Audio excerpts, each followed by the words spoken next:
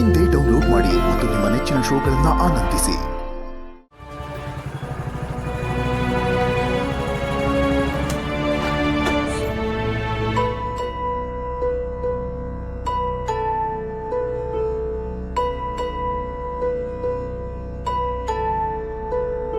ಬಾವಾ, ನೀವಿಲ್ಲೇ ಇದ್ದೀರಾ? ಶ್ರಾವಣಿ ಮೇಡಮ್ ಬಂದ್ರಾ? ಗೊತ್ತಿಲ್ಲ ಸುಬ್ಬು, ಅದು ಬಂದಲ್ಲ ಹಾಗೆ ಎಲ್ಲಿ ಕೂತೆ ಅಷ್ಟೇ. ಏನ್ ಬಾಬಾ, ನಿಮ್ ಕಣ್ಣಲ್ಲಿ ನೀರಾ? ಕಣ್ಣು ಅಂದ್ಮೇಲೆ ನೀರು ಬರ್ದೇ ಇರುತ್ತೇನ? ನಿನ್ನ ಕಣ್ಣಲ್ಲಿ ನೀರು ಬರಲ್ವಾ?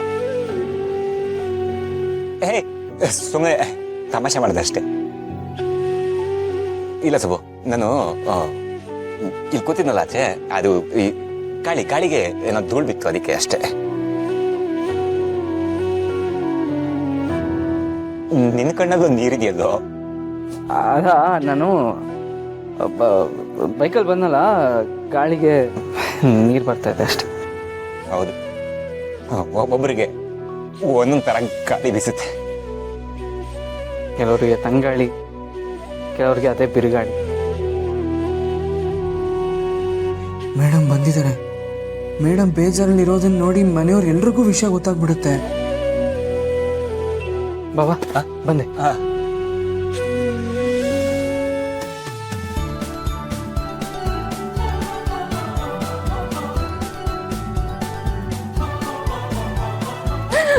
ಏನಾಯ್ತು ಗೊತ್ತಾ ಮಾವ, ಮೀಡಿಯಾದವ್ರು ಒಬ್ಬೊಬ್ರ ಮುಖನೂ ಒಂದೊಂದ್ ತರ ಆಗಿತ್ತು. ಸತ್ಯ ಹೇಳ್ದವ್ರ ಮುಖ ಚೆನ್ನಾಗೇ ಇತ್ತು, ಆದ್ರೆ ಸುಳ್ಳು ಹೇಳಿದ್ನಲ್ಲ ಅವನ್ ಮುಖ ಹಿಂಗ್ ತಿಂದ್ ಮಂಗ್ನಂಗಾಗಿತ್ತು. ಸುಳ್ಳು ಹೇಳ್ದವ್ರಿಗೆ ಹಂಗೆ ಆಗ್ಬೇಕು ಮೇಡಮ್ ಅವರೇ. ನೆಕ್ಸ್ಟ್ ಟೈಮ್ ನಾನು ಕರ್ಕೊಂಡೋಗಿ ಮೇಡಮ್ ಅವರೇ, ನಾನು ನಿಮ್ ಪಕ್ಕ ನಿಂತ್ಕೊಂಡು ಟಿವಿಲಿ ಬರ್ತೀನಿ. ರೀ, ನೀವ್ ಯಾವಾಗ ಬಂದ್ರಿ? ಕುತ್ಕೊಪುಟ್ಟ, ಒಂದ್ ನಿಮಿಷ ರೀ, ನೀರ್ ತರ್ತೀನಿ.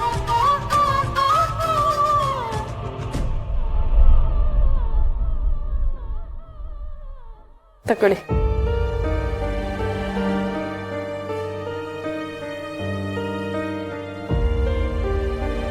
ಸದ್ಯ ನನ್ನ ಮಗ ಸೊಸೆಗೆ ಯಾವ ದೃಷ್ಟಿನೂ ತಾಕಿಲ್ಲ.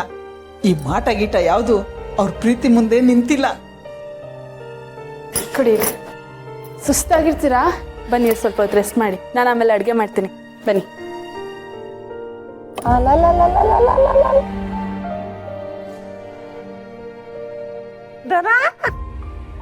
ನೋಡ್ದೇನೆ ತಮ್ಮನ್ನ.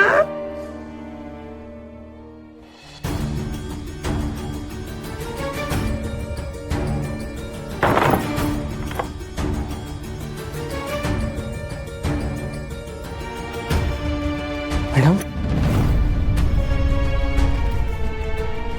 ನನ್ನ ಹತ್ರ ಬರೋದಾಗ್ಲಿ, ನನ್ನ ಜೊತೆ ಮಾತಾಡೋ ಪ್ರಯತ್ನ ಆಗಲಿ ಮಾಡಬೇಡ.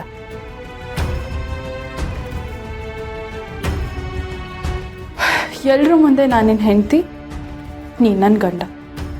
ನಾವಿಬ್ರು ಹಾಗೆ ಇರಬೇಕು. ಆದರೆ ಪ್ರೀತಿಯಲ್ಲಾಗಲಿ ಸಂಬಂಧದಲ್ಲಾಗಲಿ ನಾನು ನಿನ್ನ ಹೆಂಡತಿ ಅಲ್ಲ. ಈಗ ನಿನ್ನ ಮನಸ್ಸಲ್ಲಿ ಏನಿದೆ ಏನಿಲ್ಲ ಅನ್ನೋದು ನನಗೆ ಬೇಕಾಗಿಲ್ಲ, ಆದರೆ ನನ್ನ ಮನಸ್ಸಲ್ಲಿ ನಿನಗೆ ಜಾಗ ಇಲ್ಲ.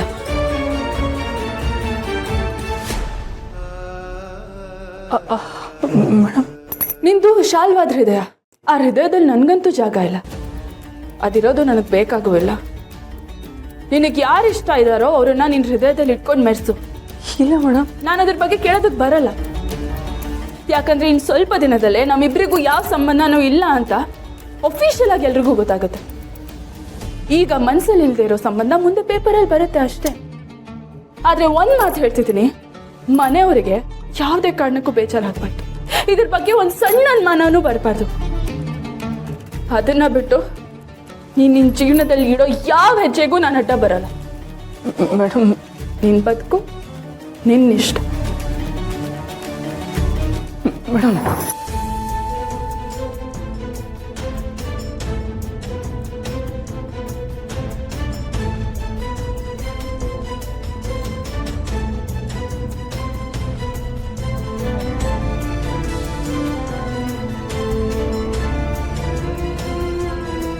ನಾನು ಏನು ಮಾಡಿದೆ ಅಂತ ಮೇಡಮ್, ನಾನು ಏನು ಮಾಡಿದೆ ಅಂತ ಹೀಗಾಡ್ತಿದ್ದೀರಾ? ಯಾಕೆ ಇಷ್ಟೊಂದು ದ್ವೇಷ ಮಾಡ್ತಿದ್ದೀರಾ ನನ್ನ?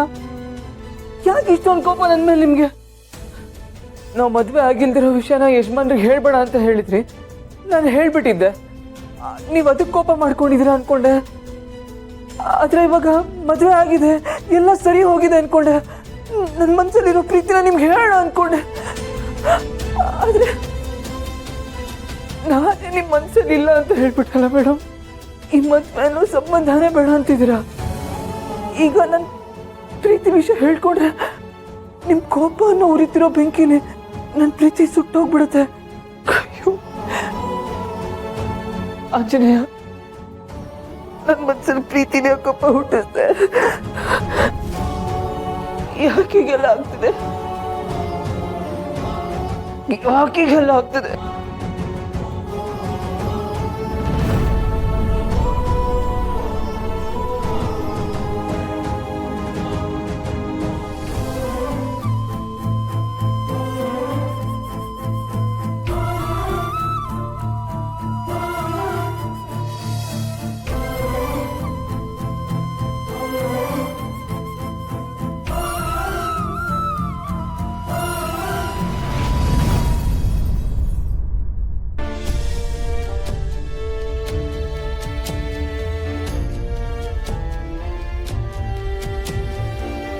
ಸುಬ್ಬು, ನೀನು ಈ ಪತ್ರನ ಓದ್ತಿದ್ಯಾ ಅಂದಮೇಲೆ ಇಷ್ಟೊತ್ತಿಗಾಗಲೇ ನನ್ನ ಮಗಳು ನಿನ್ನ ಜೊತೆ ಹೊಸ ಜೀವನ ಶುರು ಮಾಡಿದ್ದಾಳೆ ಅಂತ ನಾನು ಅಂದ್ಕೋತೀನಿ.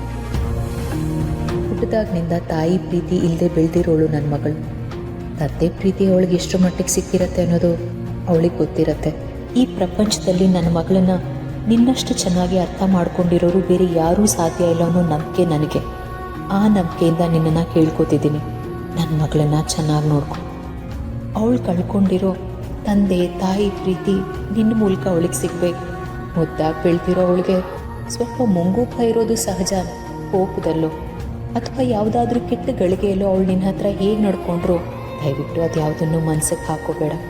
ಮಗು ತಪ್ಪು ಮಾಡಿದ್ರೆ ಹೆತ್ತವ್ರಿಗೆ ಆ ತಪ್ಪುಗಳು ಕೂಡ ಇಷ್ಟ ಆಗತ್ತಂತೆ, ಆ ತಪ್ಪುಗಳು ಕೂಡ ಮುದ್ದಾಗೆ ಕಾಣುತ್ತಂತೆ. ಅದೇ ಥರ ನನ್ನ ಮಗಳು ಏನೇ ತಪ್ಪು ಮಾಡಿದ್ರು ಅವಳನ್ನು ಮುದ್ದಾಗಿ ಮಾತಾಡಿಸು. ನೀನು ತೋರಿಸೋ ಪ್ರೀತಿ ಅವಳಿಗೆ ಅವಳ ತಪ್ಪಿನ ಅರಿವಾಗಬೇಕೇ ಹೊರತು ಆ ತಪ್ಪು ನಿನ್ನ ಕೋಪಕ್ಕೆ ಕಾರಣ ಆಗಬಾರ್ದು. ಅವಳನ್ನು ಕಣ್ಣಲ್ಲಿ ಕಣ್ಣಿಟ್ಟು ನೋಡ್ಕೋತೀಯ ಅನ್ನೋ ನಂಬಿಕೆ ಮೇಲೆ ನಾನು ನೆಮ್ಮದಿಯಾಗಿರ್ತೀನಿ. ದೂರದಲ್ಲಿದ್ದರೂ ನನ್ನ ಜೀವ ನನ್ನ ಮಗಳೇ ಆಗಿರ್ತಾಳೆ. ಆ ಜೀವ ಈಗ ನಿನ್ನ ಅಂಗೈಯಲ್ಲಿದೆ. ಸ್ವಲ್ಪನೂ ನೋವಾಗದೇ ಇರೋ ಹಾಗೆ ಕಾಪಾಡ್ಕೋತೀಯ ಅಲ್ವಾ? ನಿಮ್ಮಿಬ್ಬರನ್ನೂ ಒಟ್ಟಿಗೆ ನೋಡಿ ಸಂತೋಷದಿಂದ ಹರಿಸೋ ಸಮಯ ಹತ್ತಿರದಲ್ಲೇ ಇದೆ.